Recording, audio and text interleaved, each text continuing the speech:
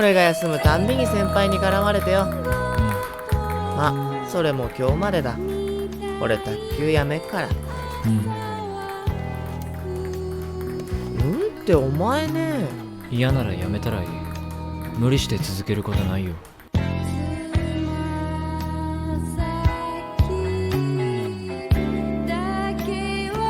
クラスのみんなお前に憧れてた。俺らにとってお前誰より卓球好きじゃんよ。イブに江ノ島のイルミネーション見に行こうよ。ちょっと息抜き近くなったらまた誘うよ。何もかも終わりにしてずっと遠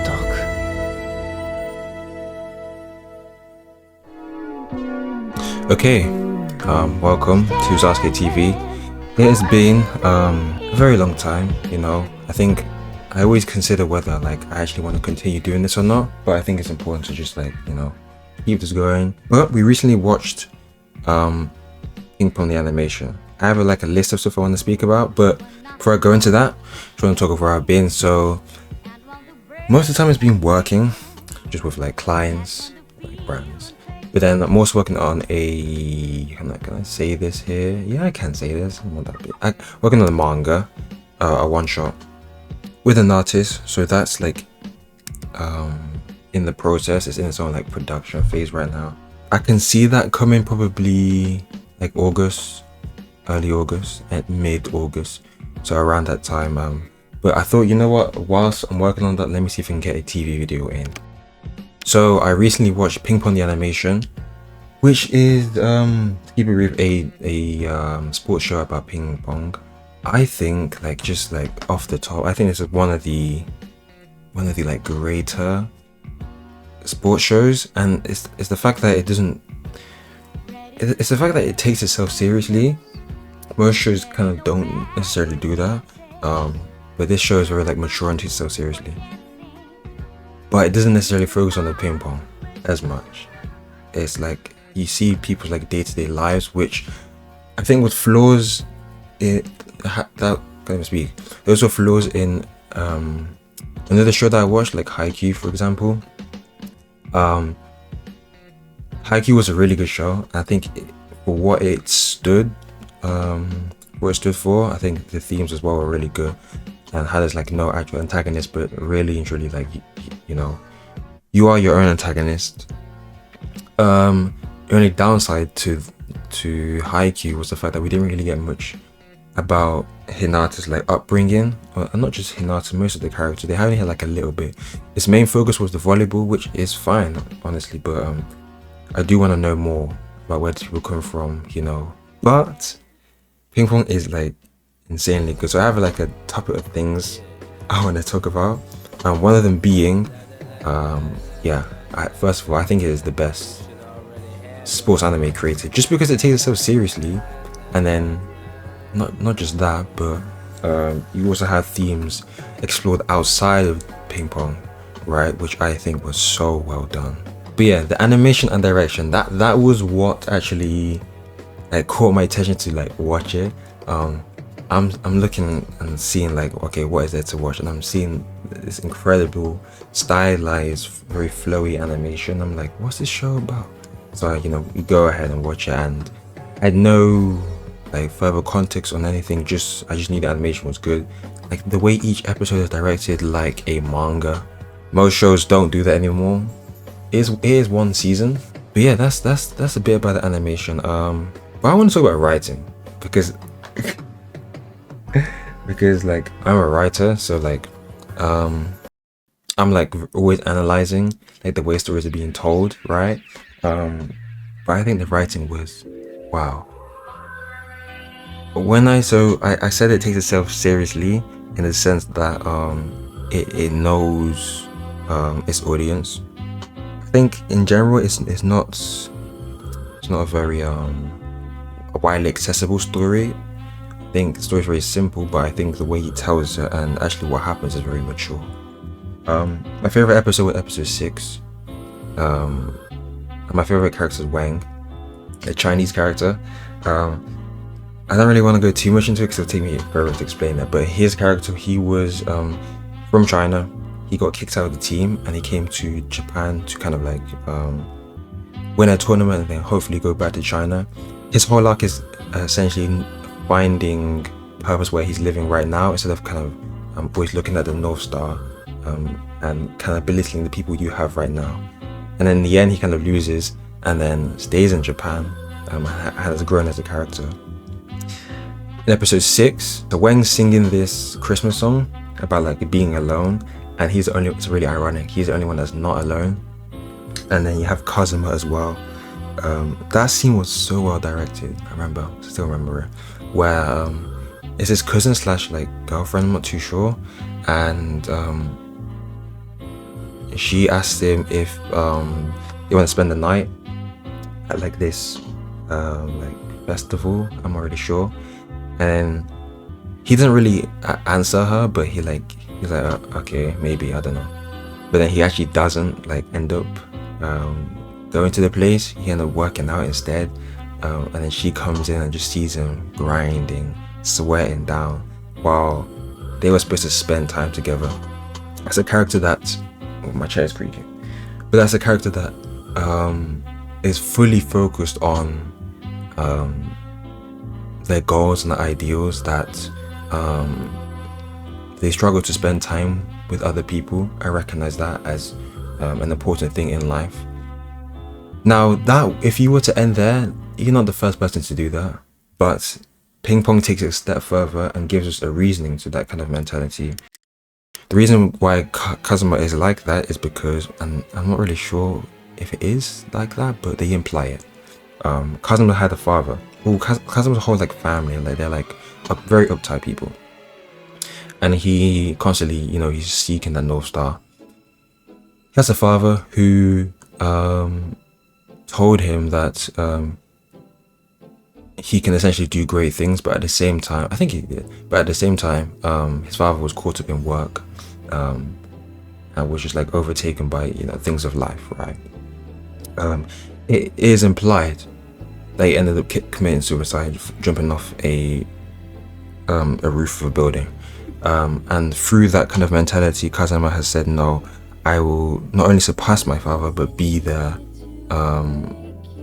best for myself, right? There's a moment where he talks with, I can't remember the character's name, I'll put it on the screen, but he talks with the character and he says, Kazama's such a good character. In one, he's talking with, okay, in fact, before I even go there, Kazama is always, before games or before ping pong matches, he's always in the toilet, just kind of like taking everything in, you know. He'll stay there for like, I don't even know, maybe like 10-20 minutes, just kind of thinking his mind, staying there in the toilet. And it's very like, it's kind of depressing thinking of that, because like he's someone that, you know, he's a big guy, right? He's muscular, he's always working out, but then you see him in the toilet in the corner, you know, like kind of shrunk. It's really good direction too. But one of his old teammates for like one of the major tournaments comes and knocks on the door. He's there and he asks him why does he play ping pong, and he answers for himself, right? And that's the honest answer, that's the truthful answer. He does play it for himself, but he needs to find the reasoning, the actual reasoning to why he plays it, and it's that enjoyment, that childlike enjoyment that he's essentially looking for. He goes over, comes out of the toilet after they had the discussion, goes over to the bench. He's talking with one of his current teammates, right? His teammate asks him, okay, then why do you play ping pong? And he replies, for the team. So he actually lies to his teammates to seem like he is for everybody, but in actuality he's doing it for himself. That's a really well-written character who's not only lying to his teammates but himself too. And then Peko like beats it into him that he has to enjoy the game.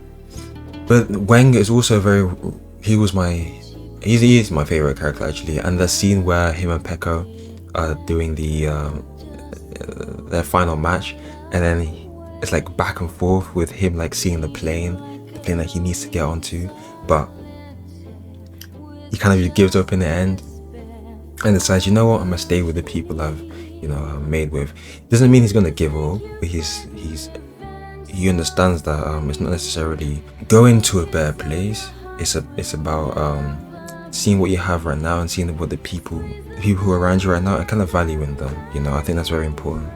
So many people, including myself, we all seek North Stars and places where we dream of going, but enjoy what we have right now. I think the main character Tsuki he's pretty. I don't think he's that like amazing as a character. I think he I don't think there's any flaws actually, but I think he's a really well-rounded character. He's very quiet in what he does, and he's also trying to find a reason to why he actually enjoys ping pong. But I also think that each character is not wasted. We have I can't remember the woman's name, bless her, the auntie woman. She was a really good character. So was the manager as well. Like ping pong, like most characters, like, you have so many characters, and like none of them are wasted. They're all used to kind of like push the story forward, right? So many stories have like tons of characters, but some of them just go to waste or are underdeveloped. If you are using a character, especially when it comes to writing, make sure that they are developed fully and you are actually utilizing them. Even little, right, can be utilization, but it's about how you do it. I think One Piece is an interesting example because it has too many characters. I think it has too many characters. Or let me just say this, has a lot of characters and quite a few of them are underdeveloped. So it's just about, you know,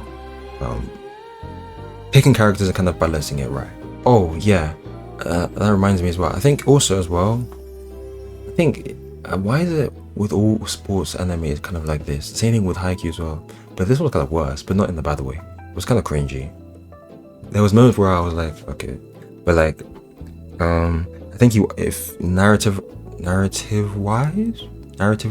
I don't know. I think narratively, if you are gonna stick to a certain concept or theme, you should go fully on it. Like Matrix is a good example. It has its own like stylized storytelling, and it like goes 1000% on it. It doesn't back away in any way. So I think that's important as well. You know, never back away from your style that you've created or your story. You know, even though it was cringy at points, but it was also funny too. Like it was light-hearted. It was funny as well in moments too. But overall, I do think it's a very good show. Yeah, like insanely well written character. Like you can see like the shots of him. He does it like all the time. He just goes to the toilet, sits in the corner, stands in the corner. He's all like shriveled up, but you wouldn't expect that, you know. And we as the audience, we see that. Nobody else does, but we see actually what he's like mentally going through and like how much like burden he's holding, you know. That is why when I can't remember his name, the guy with the glasses, when he reaches out to him, he knows that it's kind of embarrassing. He's like, what you gonna do, laugh at me? You know, he knows it's kind of embarrassing, right? But he kind of grows from that, and then when he has his like art completion, he looks, I think I put it in the edit, he looks a bit like overexpressed. Like even when he like, I was like his teammates to like shut up, he's like enjoying it, and his teammates are like, and he looks like he's like over enjoying it, but he's really just like letting out everything at that moment. That's good direction, you know. I think that's really good. But yeah, the animation was really good too. The ending, that's what I mean, it was kind of cringy, but it was like, I understand what they're trying to do. The whole like childlike nature. Music was really good too. I love the opening and the ending too. But yeah, I'm kind of just going over the top of my head. I don't really have much to say because I watched it like 3 months ago, and I try to use the edit. I don't really rewatch stuff. I try to use the edit to like refresh my mind on it and did a bit of research, to be honest. But yeah, an incredible story, and I do hope you watch it, and I would recommend it. But yeah, right now